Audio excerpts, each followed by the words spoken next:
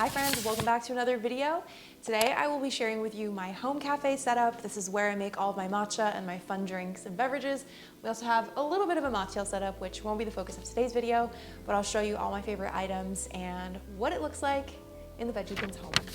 I have everything set up on a console that actually has a decent amount of storage underneath, and to the right of the bar I have more of my mocktail supplies, and on the left side I have more of my matcha items. Now, you certainly don't need more than one whisk or whisk stand, but I happen to have accumulated a few, so I just keep them all out. I also leave out my sifter and scoop just because I use it every day, if not more than once a day, and of course my kettle.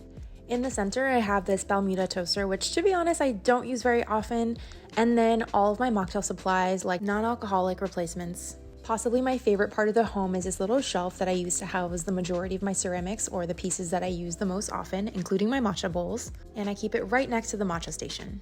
Moving down under into the storage area, this is the right side. It could be a lot more organized, but it houses a lot of my extra matcha tools.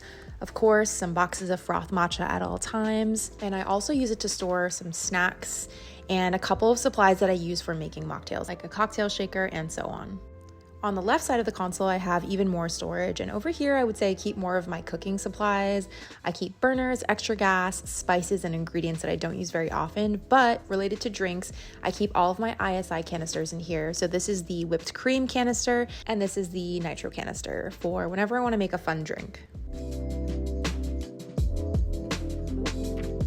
Now, when I'm making a matcha latte in the morning, my setup looks something like this. I'll turn on my electric kettle, which is temp controlled, put my bowl onto the digital scale, set up my sifter and scoop, remembering to zero out the scale, and then add in my matcha powder of choice. I love doing it all right here because it makes it a lot easier, although when I'm filming, of course, I'll take it over to the kitchen island. I used to put everything away after every use, but because it's something that is really a part of my daily routine, I think keeping it out just makes my life a little easier. And instead of thinking about storing it away, I've instead turned it in part into decor, and it's honestly become one of my favorite parts of the kitchen. I also wish that I filmed a couple more clips of the white stone that I put under my whisk stands. You can kind of see it in the corner here, but this is actually water absorbing, so I find it really helpful for keeping everything dry and relatively clean.